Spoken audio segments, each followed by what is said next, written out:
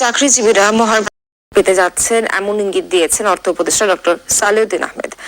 65% পর্যন্ত বিদ্যুৎ সাশ্রয়ী হাইসেন্স এসি। হাইসেন্স মঙ্গলবার দুপুরে সচিবালয়ে সরকারি ক্রয় সংক্রান্ত উপদেষ্টা পরিষদ কমিটির বৈঠক শেষে সাংবাদিকদের প্রশ্নের জবাবে তিনি এই কথা বলেন। উপদেষ্টা জানান, মহার্ঘ ভাতার বিষয়টি সক্রিয়ভাবে বিবেচনা করছে সরকার। হয়তো একটু সময় লাগবে, কিন্তু হওয়ার সম্ভাবনা মোটামুটি বলে জানান তিনি। সরকার কখন থেকে দিতে পারবে, কত দিনে দিতে পারবে, এর জন্য কমিটিকে দায়িত্ব দেওয়া হয়েছে বলে জানান তিনি। অর্থ উপদেষ্টা জানান, আজকের বৈঠকে এলএনজি সহ কয়েকটি পণ্য তাড়াতাড়ি আমদানি করার অনুমোদন দেওয়া হয়েছে।